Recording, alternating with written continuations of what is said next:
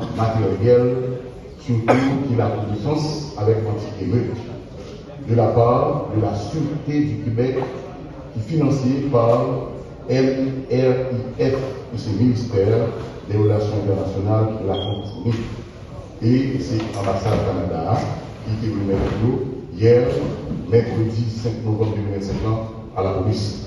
Et après la conférence, on a gagné la possibilité pour nous mettre ensemble de matériel qu'il a pour défense, également anti-émeute que Canada, et dans le cadre de coopération avec la police nationale, également dans le cadre pour renforcer la capacité opérationnelle de la police, surtout dans les questions qui liées à anti-émeute, ensemble de matériel.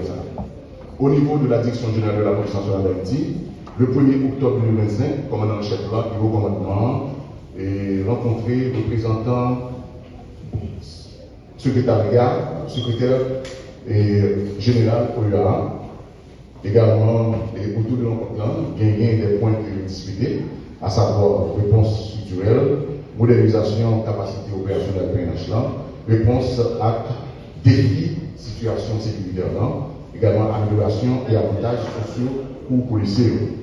Le 10 octobre 2025, commandant chef là, encore une fois, et le commandement, rencontré ambassadrice République colombienne en Haïti. Ça a été parlé sur question de formation, également renforcement de capacité professionnelle policière.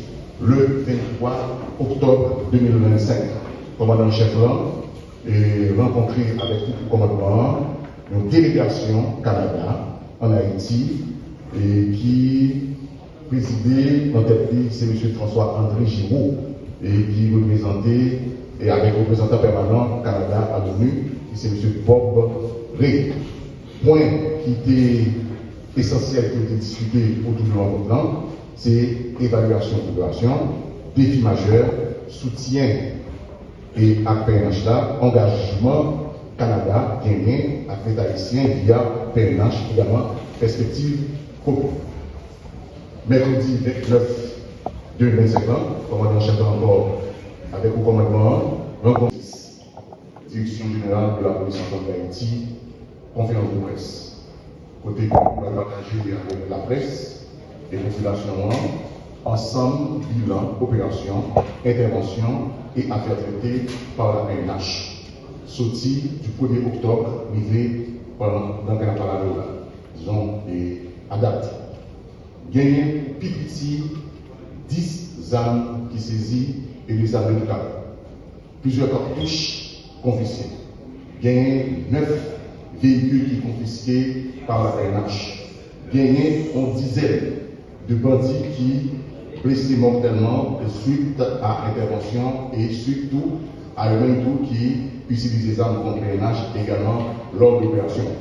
Il est important pour nous noter dizaines de bandits à c'est au niveau ouest, nord, sud, l'Antibonite, également centre. Nous recensons 5 cas de suicide et gagné 4 accidents de circulation que nous montrons et DCPJ saisit 5 700 000 go, gagné 6 cas de viol sur mineurs que BPM enregistré et il y a plusieurs matériels qui saisis par la police, dont 7 laptops, 3 iPads, 10 appareils et plusieurs sons de institutions publiques, également privées et des partis politiques. Et nous allons parler de réseaux sociaux de CPJ éclatés semaine du jour passé.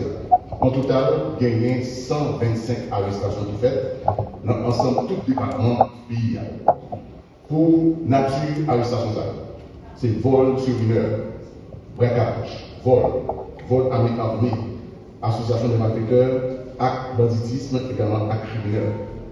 Non, fondamentalement, la police a tenté et pris toute disposition pour l'arrêter Laurent Bertoni pour implication présumée dans l'assassinat qui fait sous un jeune policier qui s'est Rivalsi Abner. Et pendant que la police est en disposition, et M. lui-même, il a les armes sous patrouillant, et puis, malheureusement, il est blessé mortellement.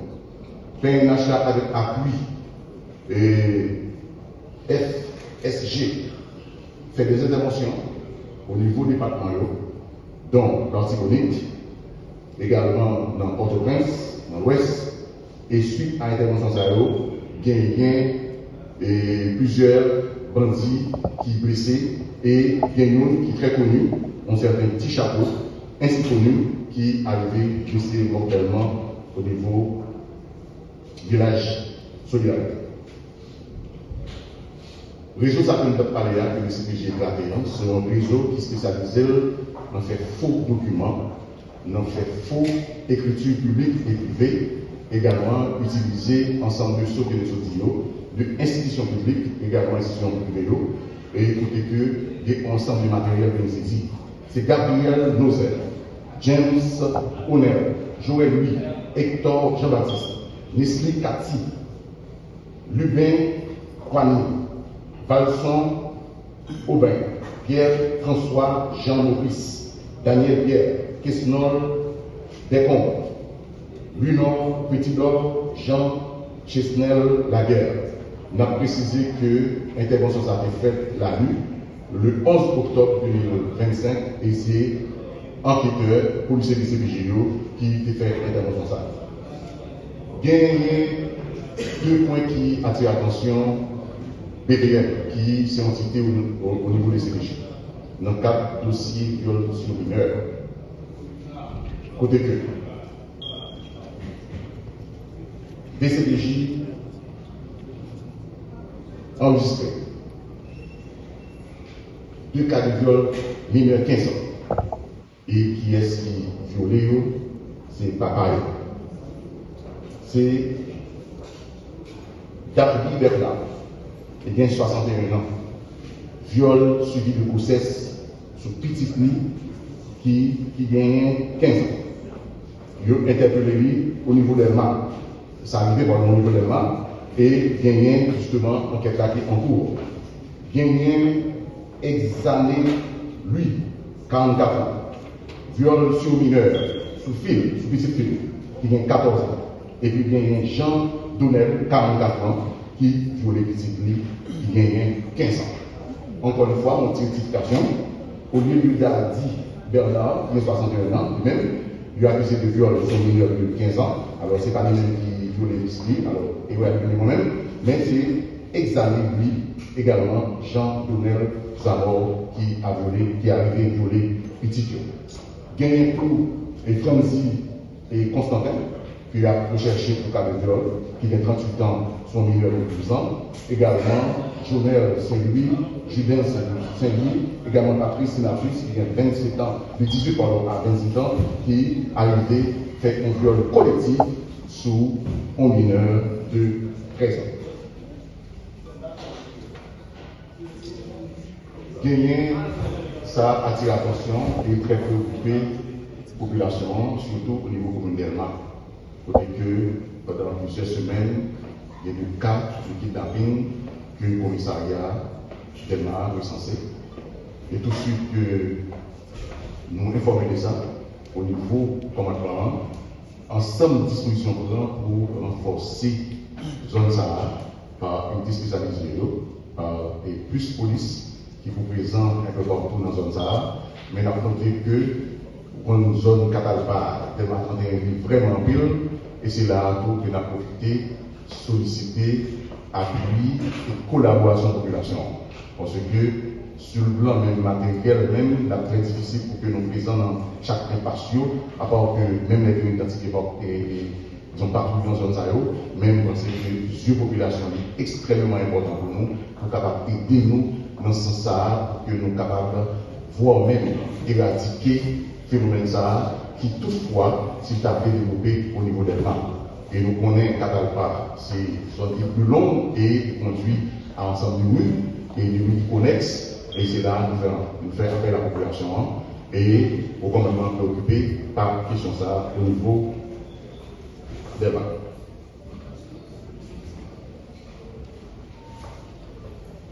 Dans quelques instants, les matériels commencent à entrer, il y a un Canada que la police recevoir dans mes nous, il y a l'eau important, on a dit l'eau d'équipement matériel, surtout qui la défense avec anti-émeute.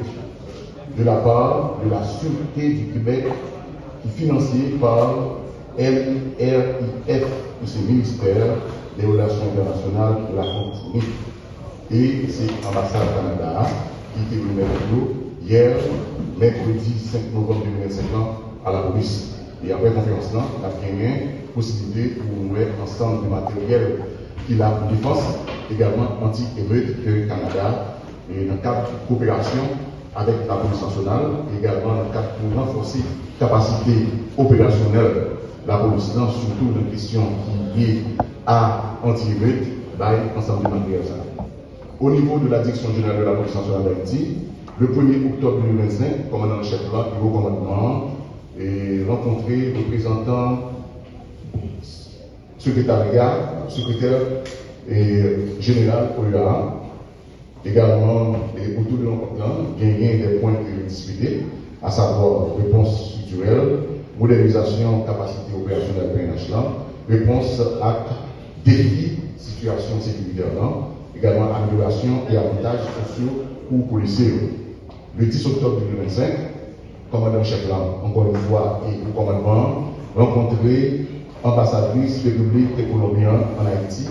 Ça a été parlé sur question de formation, également renforcement de capacité professionnelle policière. Le 23 octobre 2025, commandant-chef là, est rencontré avec tout le commandement une délégation Canada en Haïti et qui présidé en tête c'est M. François-André Giraud et qui représentait et avec représentant permanent Canada à l'ONU, c'est M. Bob Ray. Point qui était essentiel qui a été discuté autour de l'encontre, c'est évaluation de population, défi majeur, soutien et à PNH là, engagement Canada gagné à l'État haïtien via PNH également perspective commune. Mercredi 29 2025, commandant chef encore avec le commandement,